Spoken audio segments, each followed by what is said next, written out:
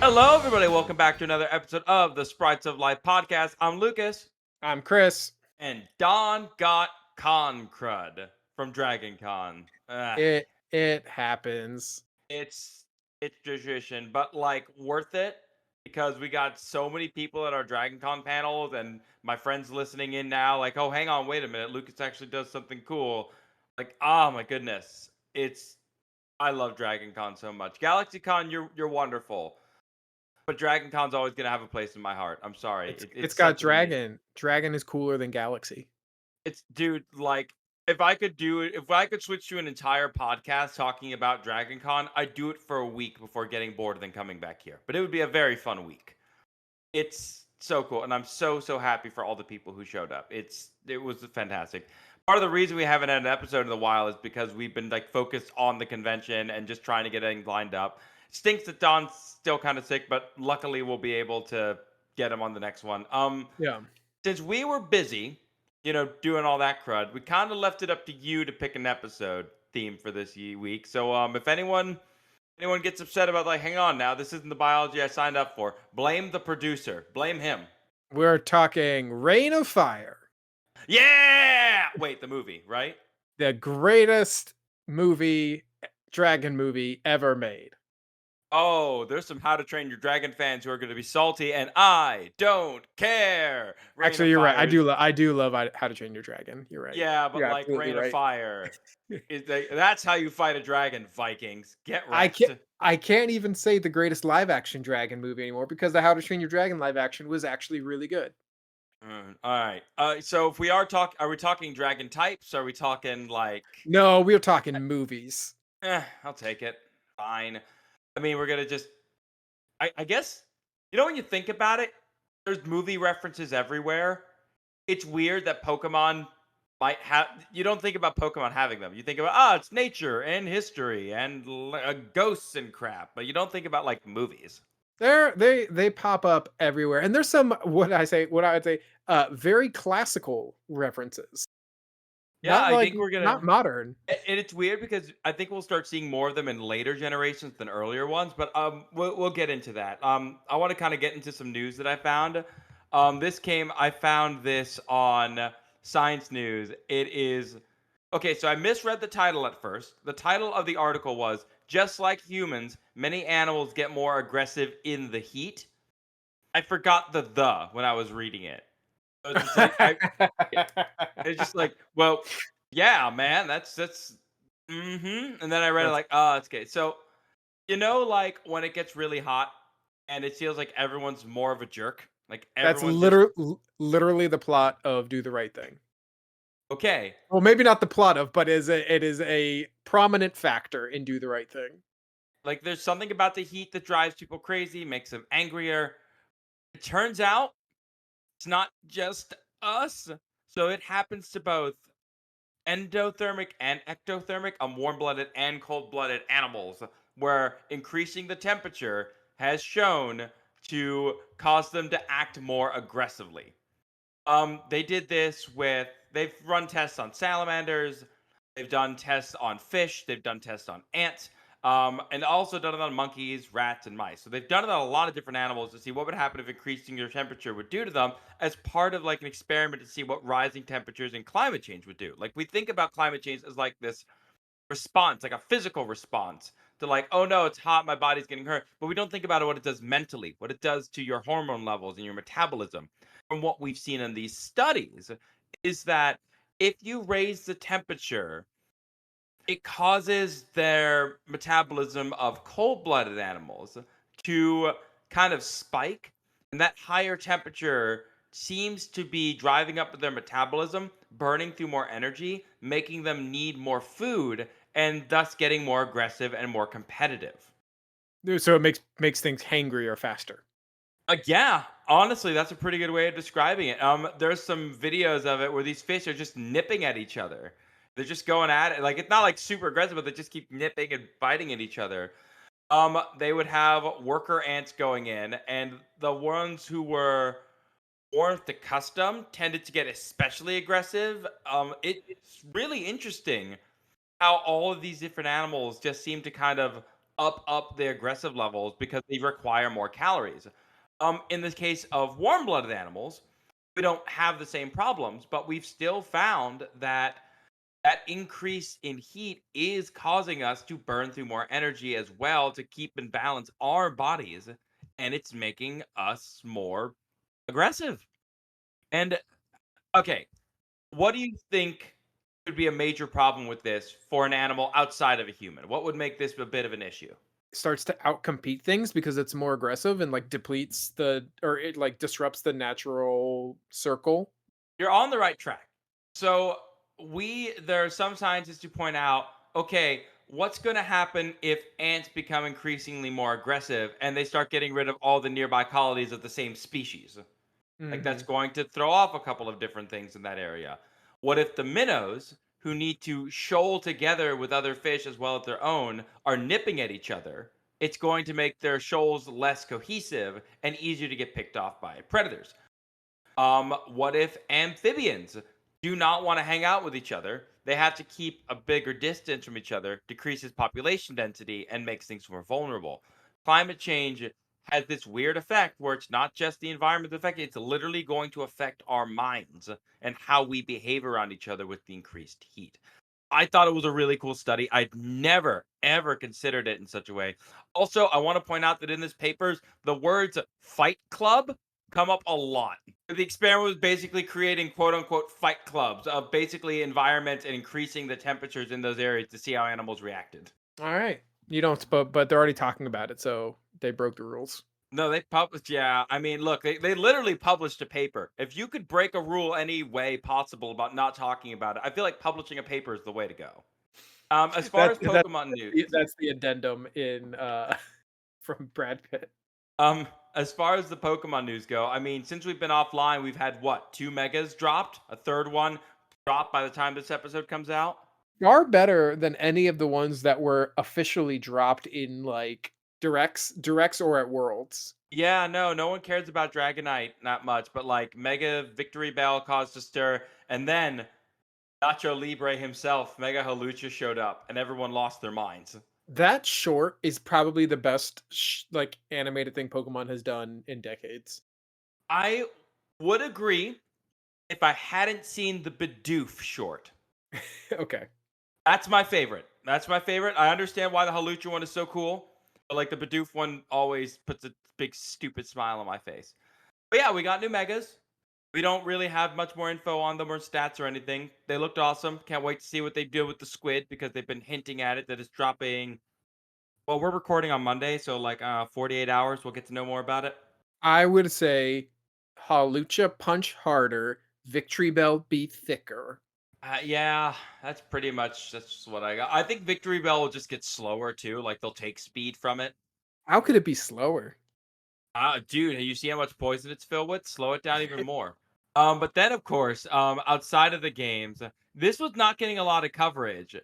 But you talked about it a little bit. Like a lot of the fringe Pokemon sites have been talking about it, but like nothing major. No one big has picked up on it. Something about the scalpers. This month, the Mega Evolutions edition of the TCG is launching. September 26th is when the first Mega Evolutions expansion launches, with the Gardevoir and Lucario are kind of like the main focus of them. But the second set is what's got everybody buzzing because naturally Charizard is on the boxes and is going to be all over the arts and all that kind of stuff. So people are kind of losing their minds as they do when Charizard is involved. So, what was of news, I would say probably a week ago, is that typically when the official announcement comes for these sets, pre-orders go live on Pokemon Center for like the Elite Trainer box, booster box, build and battle boxes, that kind of stuff. Go live maybe within a day or two of the official announcement. On the day of the official announcement, pictures started getting circulated online from a Discord group of scalpers that was saying that they had somehow managed to get into the back end of the Pokemon Center website and buy like 42,000 of the Phantasmal Flames, that the Charizard expansion set.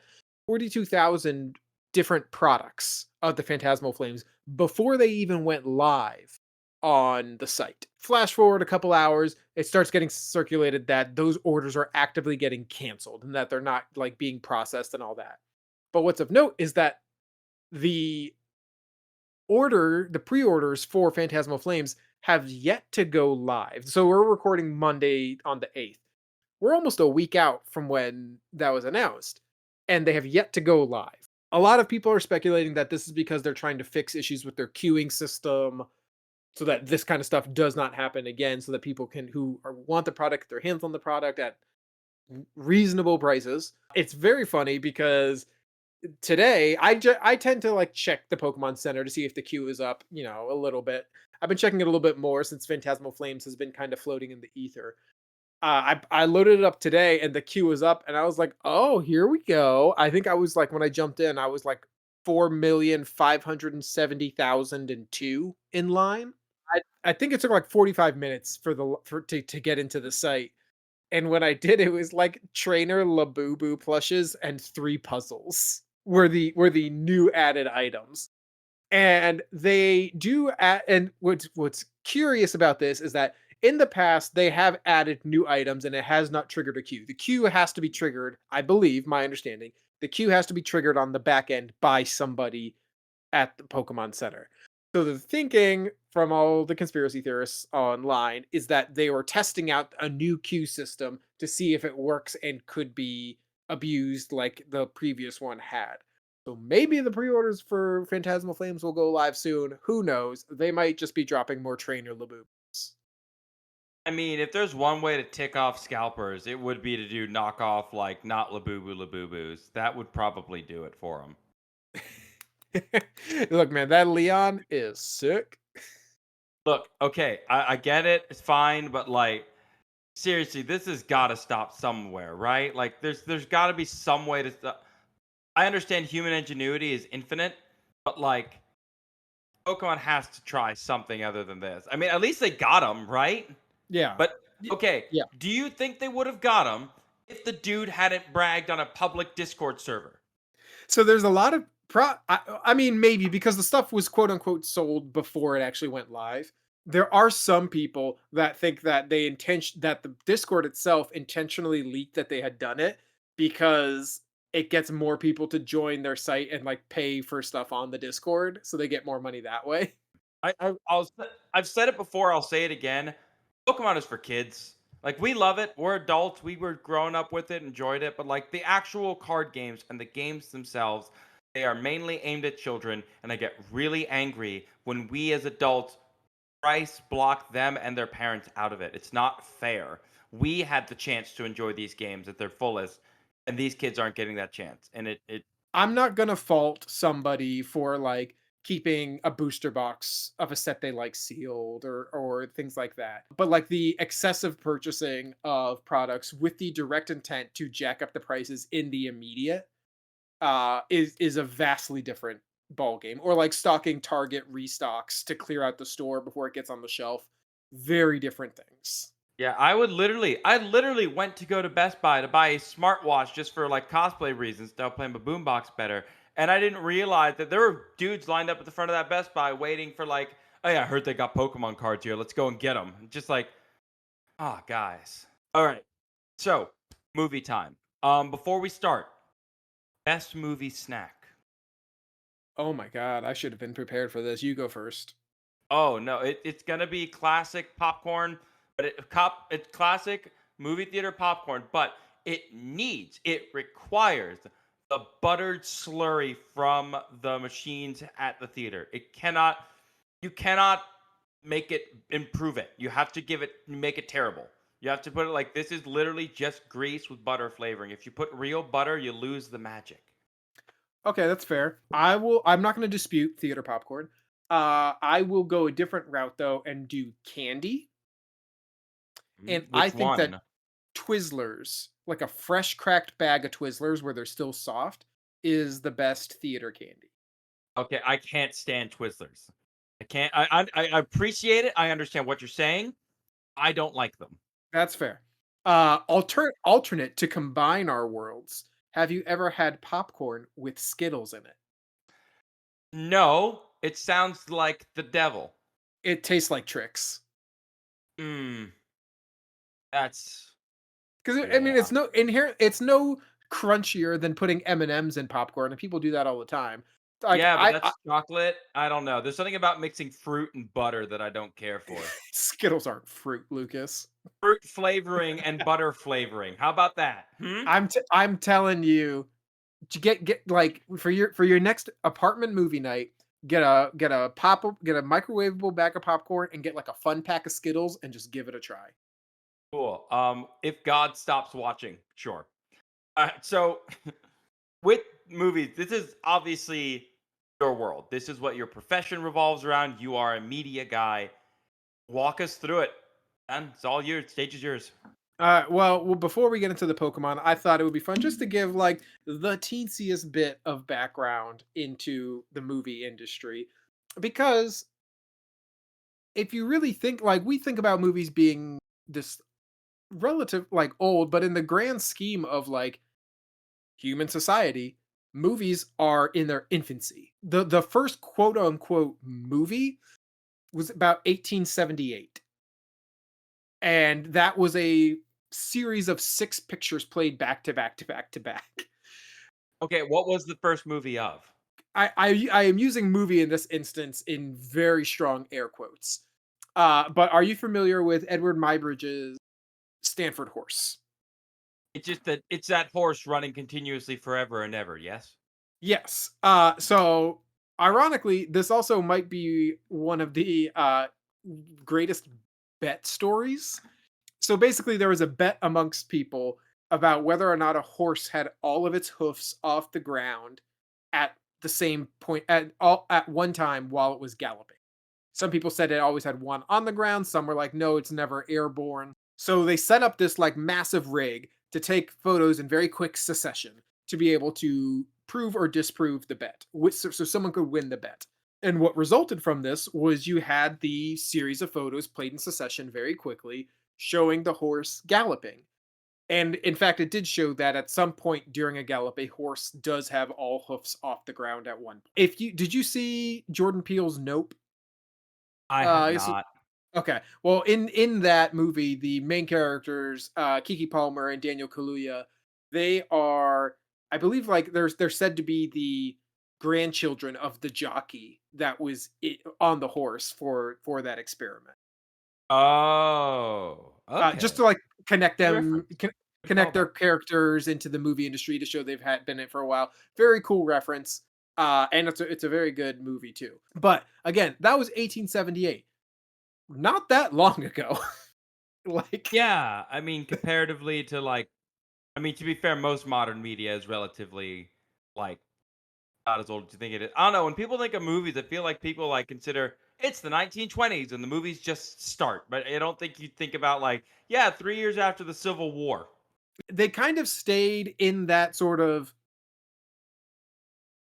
testing world for a little bit. So if you're looking for what I would call like the communal viewings, which were in theaters, you jump almost to the 20th century. So like the 1890s, there were a pair of brothers in France, the Lumiere brothers.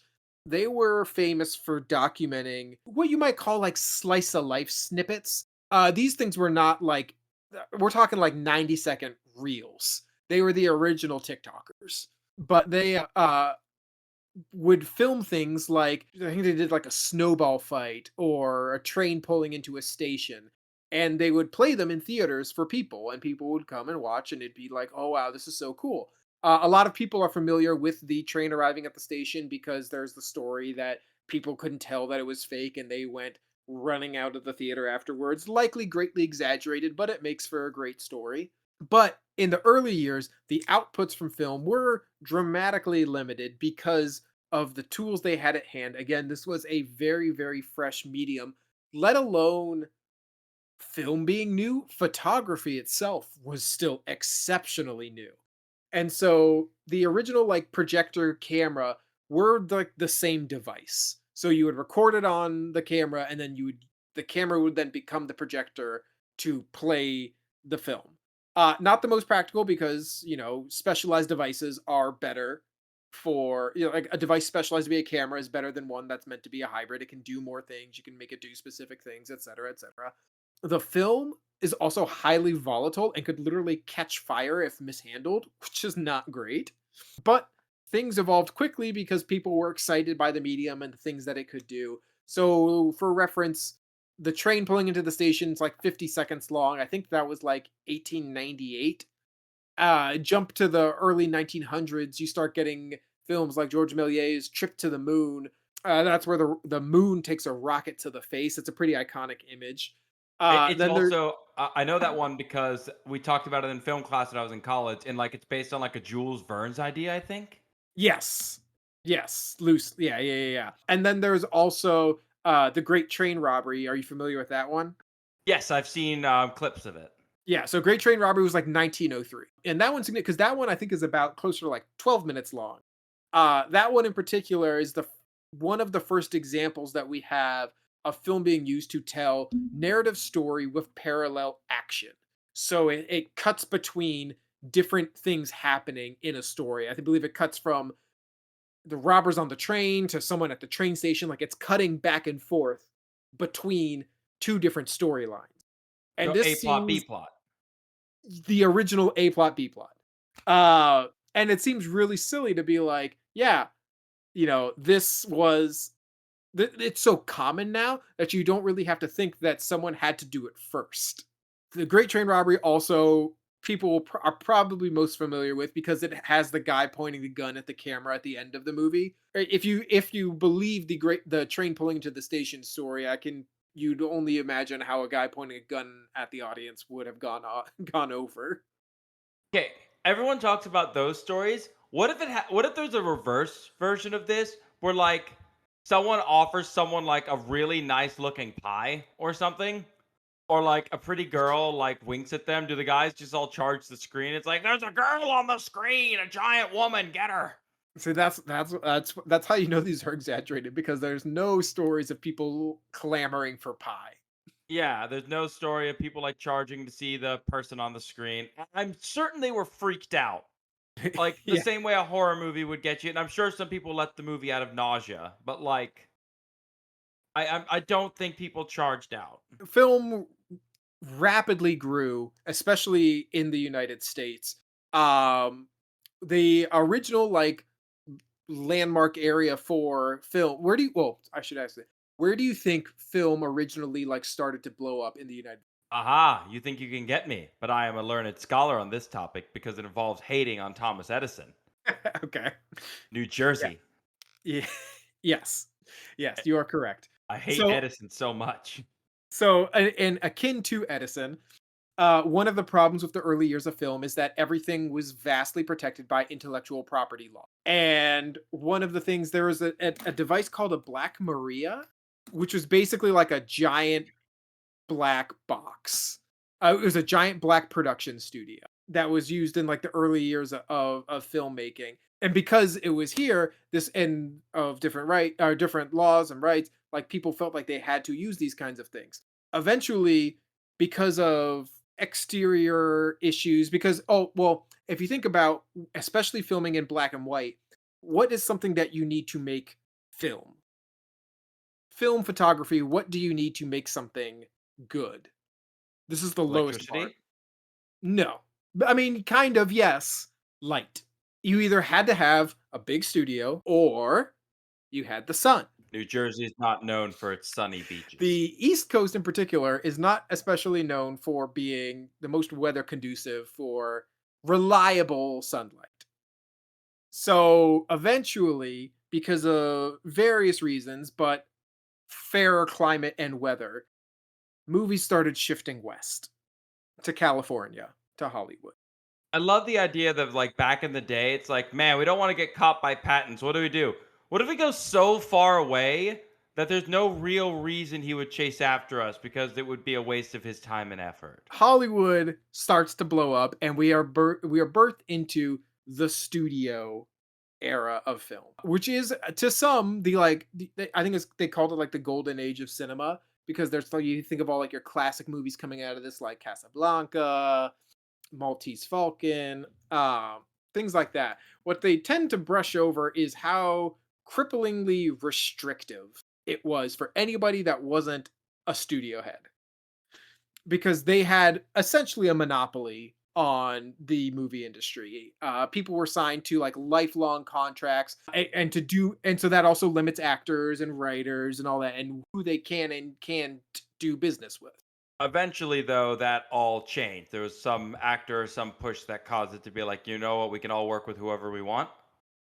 Yes. The I forget what the actual like court case was, but essentially it determined that the studio industry was a monopoly and they were forced to break up a lot of what had accumulated. So like I think the biggest thing that was happening was there was blocking, where basically a studio I don't believe it happened with something like Cast I'm not going to even use Casablanca. Let's call a movie The Sun Never Rises. I think that's an actual movie. Let's just call the movie Sunset. Let's say big studio makes this big movie Sunset, and they know that they've got like X actor and Y actress in it, and it's going to be like this huge hit. So they release it to all of the theaters, some of which they own, which they're also not allowed to do anymore. And they say, hey, we'll give you Sunset, but you also are required to take and play these 10 other B, C, D movies that we have made, and essentially block out all of the theaters within those to block out their rivals, their opponents. So it would be like if Marvel released like 6 Marvel movies at once, but one of them was the Avengers, and they were like, you have to play these. You have to play all of these if you want the Avengers. I hate to break it to you. There is a movie called Sunset, 1988, starring Bruce Willis, James Garner, and Malcolm McDowell. Well, that example didn't work. Sorry, Bruce Yeah. Willis. It's even better. The movie is based on like solving a murder at the Academy Awards in 1929. Okay, that's pretty sick. I'll have to check it out. Yeah, But so, apparently it's not great, but like I just find that idea hilarious. You couldn't even think of one day. Like, nope, I have to look it up. Found one. but so does that make sense to you though? Like why what was happening and B why that was bad? Yeah, you can't just keep these people chained down like that. It's not only going to stifle creativity, but it's also going to stifle their chance of like making a better living. Because if you have them on the contract, you can basically pay them and do with them whatever you want. So and there was also a lot more very nefarious things that I am not equipped to talk about going on in the studio system. It was not it is an overly much like a lot of the past, it is overly romanticized and not as great as people remember it to be. But they did make some great movies. And currently, movies. I mean, you don't have to really say it, but like ever, the movie industry might not be doing 100% in 2025 compared to what it was, but it's not dead yet. Oh, it's still doing just fine. It has expanded actually to be less so we've talked about it, Lucas, but like Hollywood is a terrific example of soft political power. Oh yeah, big time. And the US has dominated the film industry for decades, and the soft power that comes with that. Over the years, more recently, with the advent of streaming, better access through like websites that sell movies, or just internet being able to connect people, other countries' film industries have started to rise in popularity, get more notoriety, and that isn't as true as it used to be in terms of the US's like stranglehold on like the film's industry success. Lots of other countries have really strong, prominent film industries in the modern era. Like there's lots of great South Korean shows that get uploaded onto Netflix that my wife in particular loves to watch. Say Obviously, like nothing especially for what Japan has done even before like the internet age. yes, yes. I mean, and like there's obviously like France, UK have really strong, robust film industries and film histories. So that is changing. But worldwide, I think I saw an estimate that by the 2030s, the worldwide film industry is going to be worth $500 billion. That's a good chunk of change. And before it used to be almost entirely the US would account for that, and it is not as true now, which is a good thing because there are so many cultural influences that can be played into in film. So like one of my favorite bits about film inspiration crossing cultures is you have Akira Kurosawa, Of course. amazing historic Japanese director, made movies for like 40 or 50 years. He was inspired by the westerns of John Ford. And so he took the western format and created what is, what people would say is westerns in Japan, but samurais. It's samurai, Yojimbo. yeah, samurai films that follow Western tropes. So yeah, and it goes back and forth. You have like Seven Samurai becomes the Magnificent Seven, and there's that kind of directing. But if we're talking about like cultural impacts, so let's do this. This is a direct line. John Ford makes westerns that inspire Akira Kurosawa. Akira Kurosawa makes The Hidden Fortress. The Hidden Fortress inspires George Lucas, who then takes the Hidden Fortress and makes Star Wars. Yeah, it's just back and forth. We just take from everyone. And then God knows who Star Wars has inspired. Like, but like that's the kind of cultural play that film, I mean, art in general can do this, but like we're talking film here. So like that's the kind of implications it can have. So, as far as film and Pokemon go, I mean, I dig through the list just as much as you did, but I couldn't find that many that were like clear movie comparison. We could not find as many that were not straight kaiju. Yeah, no, Uh, we'll talk about one kaiju in particular this episode. Then the we rest and we're leaving alone. we have done a kaiju episode, so if you are interested, you can go check out the kaiju episode. It's down near the bottom. Go get it. Fetch. Yeah. I love to use film and Pokemon to talk about I don't even know if people hate this Pokemon. And I I, don't I think think people forget it exists because its uglier normal cousin terrifies children. I'm glad you said that the original form is uglier. It's a Mr. mime. Mr. Rhyme. So, obviously from Galar, UK.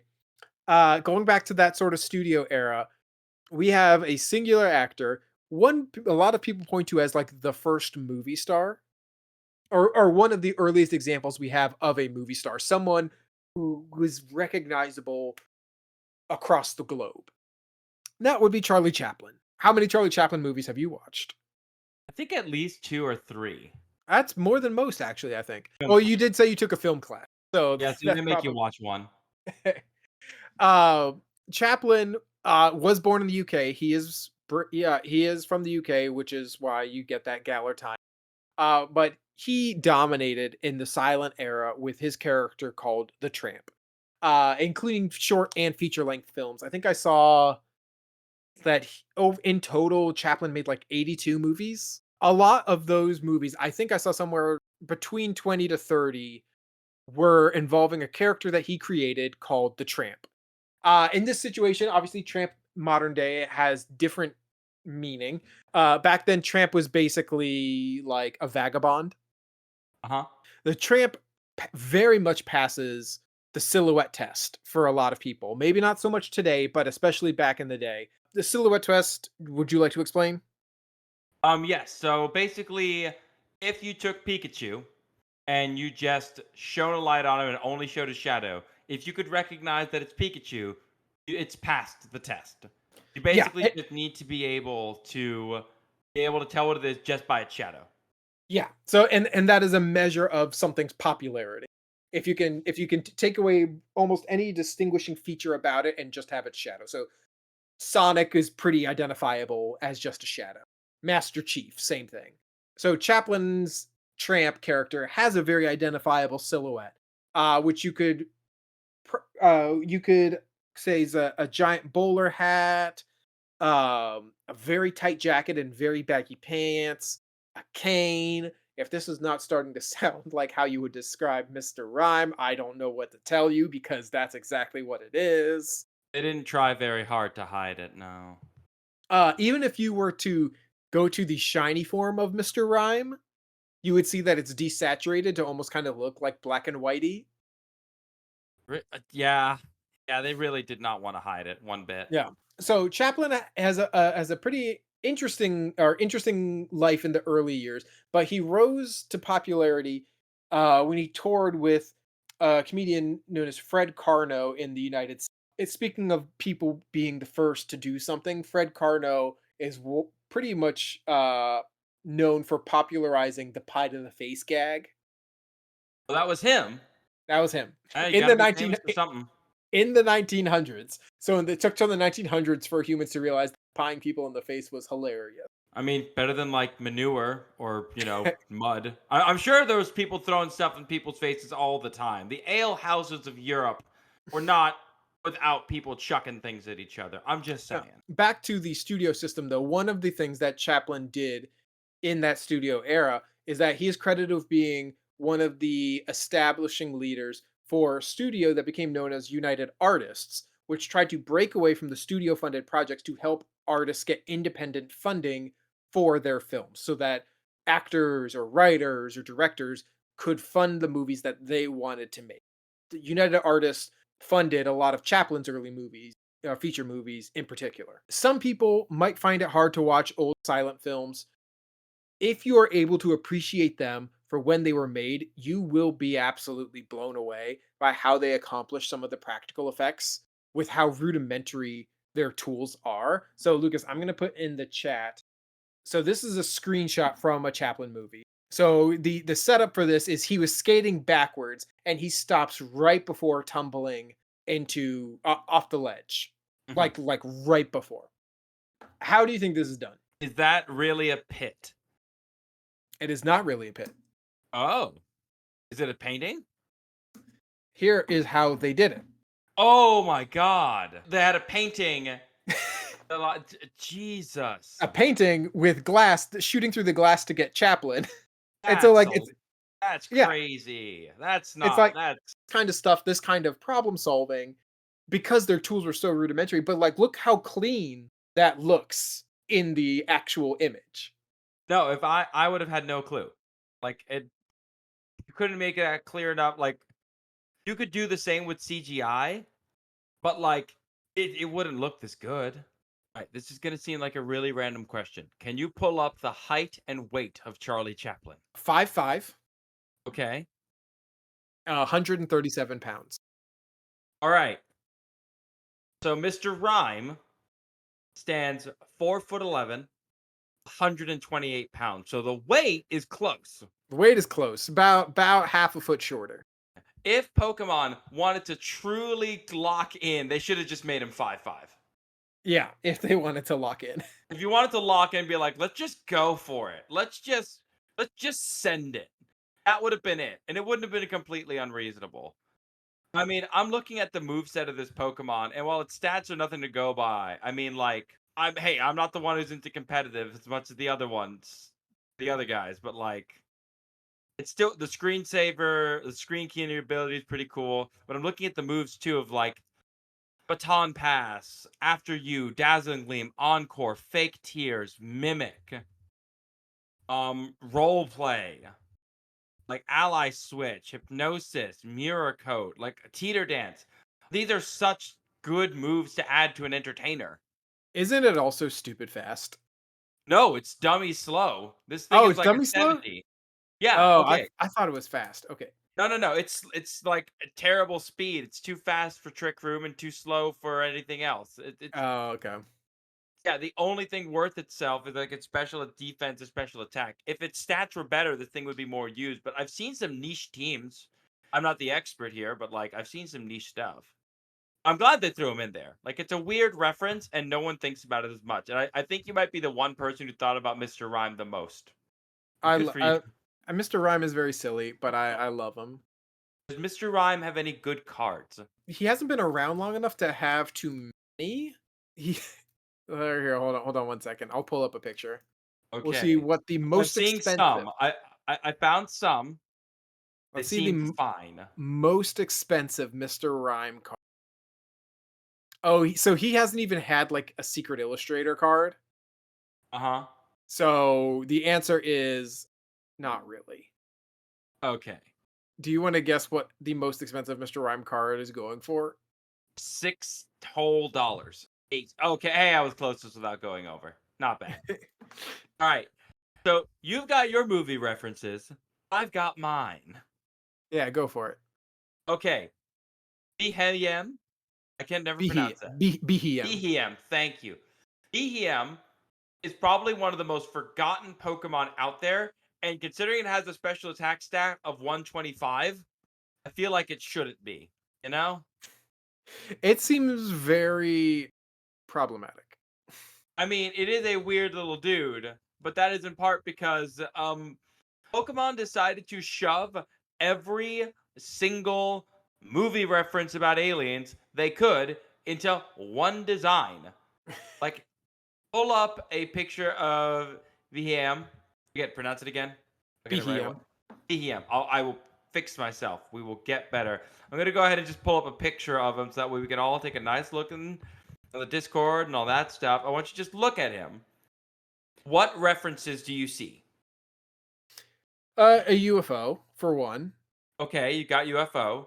It's What kind of kind of? like it's kind of Go like the ahead. green little men esque. Got that look going for it. I was scrolling through Bulbapedia to like see what people thought of its origins, and someone pointed out that it's wearing a trench coat and like a Oh yeah, fedora like hat.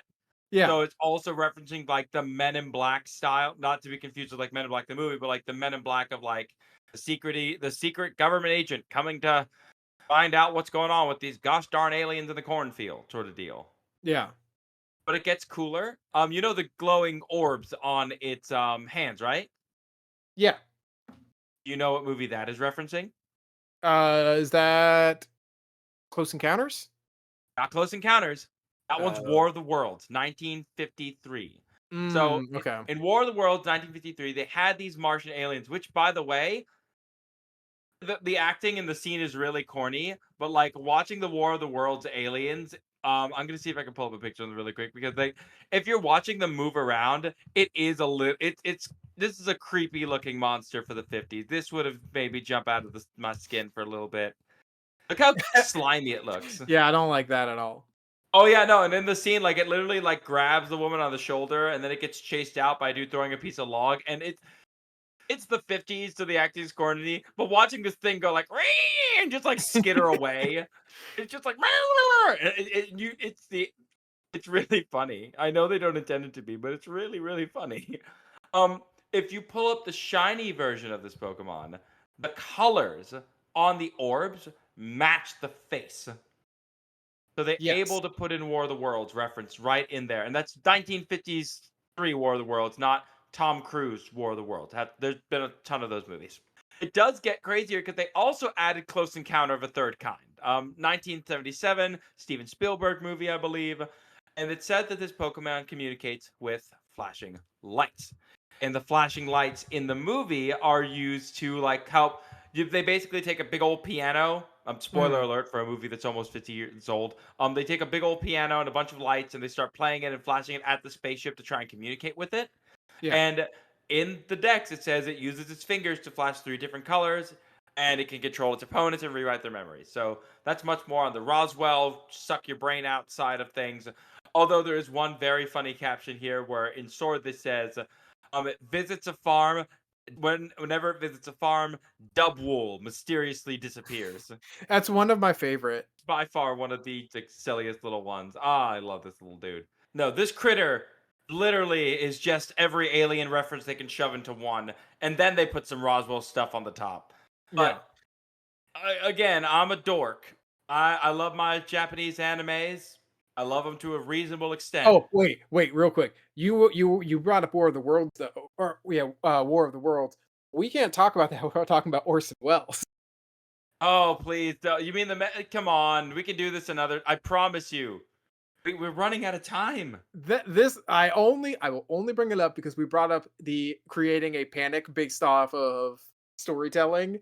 Okay, fair enough. But that was Radio Panic, not He Movie Panic. actually like caused a stir because people because the way it was told through like fake news stories, and so people who jumped on after the like this is a production legitimately could have thought it was like a news freaked some people out.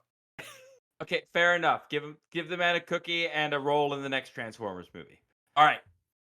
So the last two we're going to talk about, because I did say we'd talk about at least one kaiju.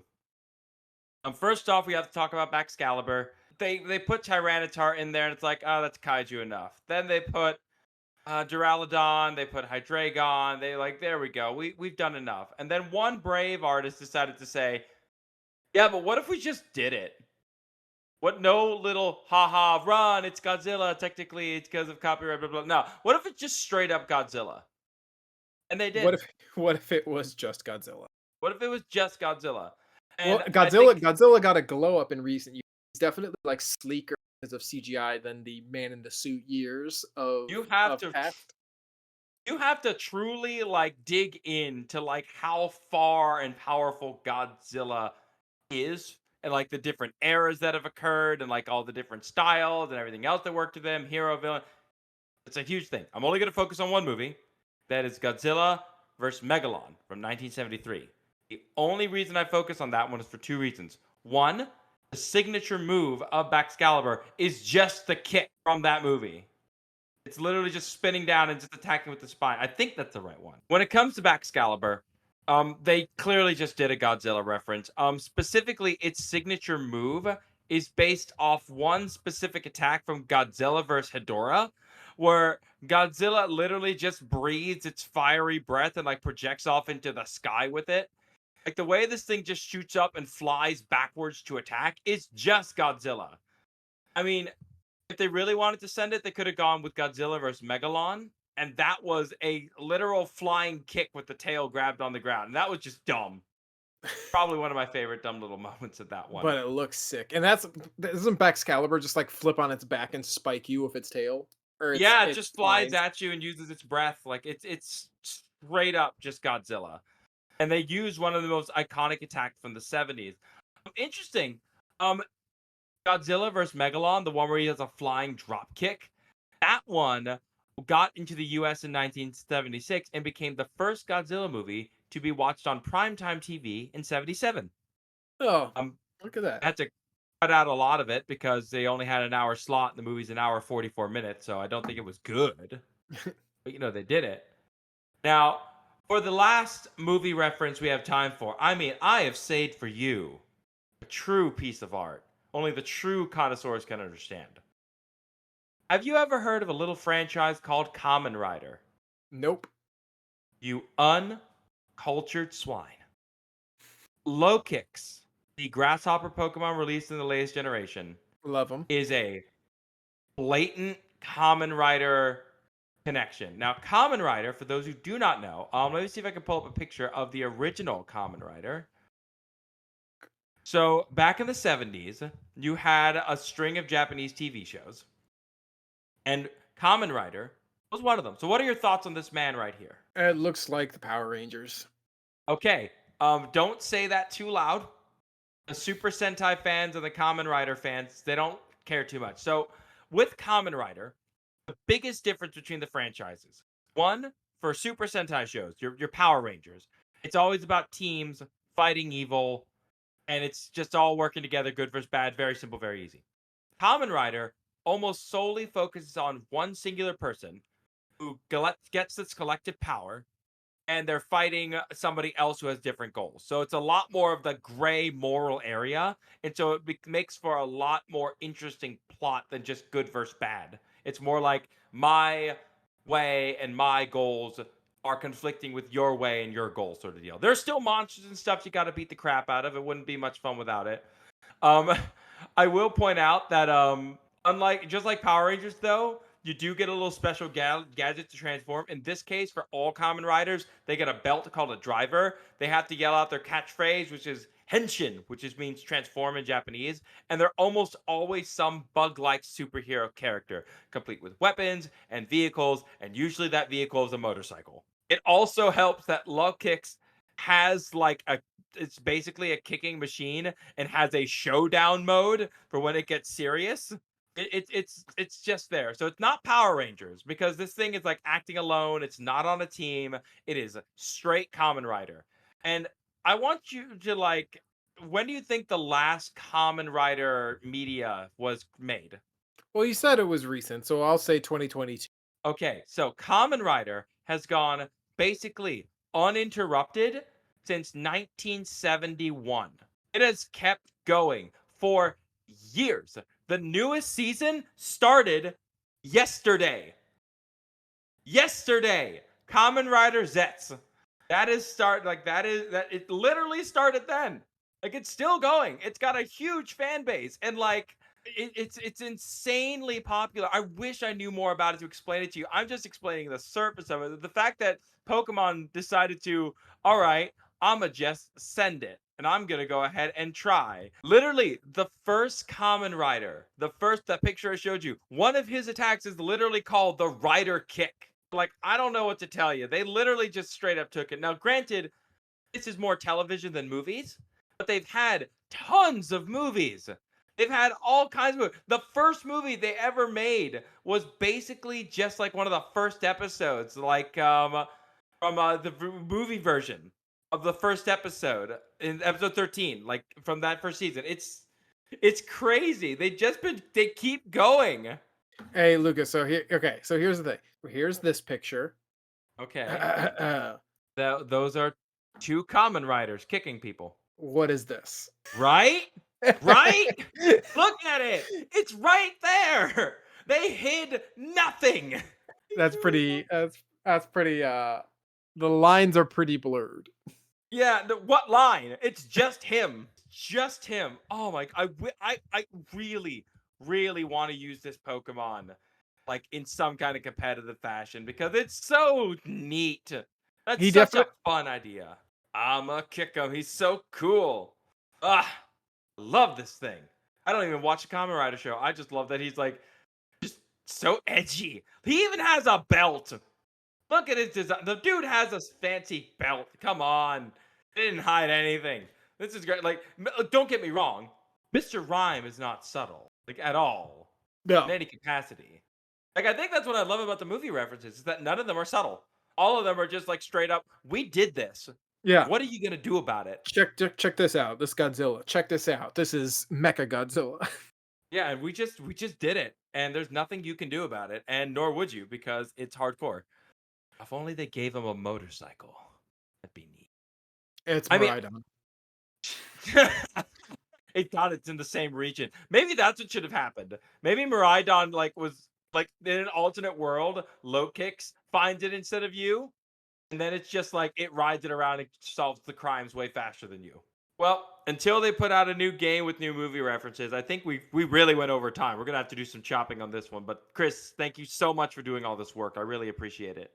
Thank you guys so much for listening. And thanks to all the new Dragon Con people listening. Appreciate it. Love ya. See y'all next year. Then for everyone else as well, have a wonderful rest of your day or night. We've got some really fun stuff planned for the rest of the year. For now, thanks so much. Bye, everybody.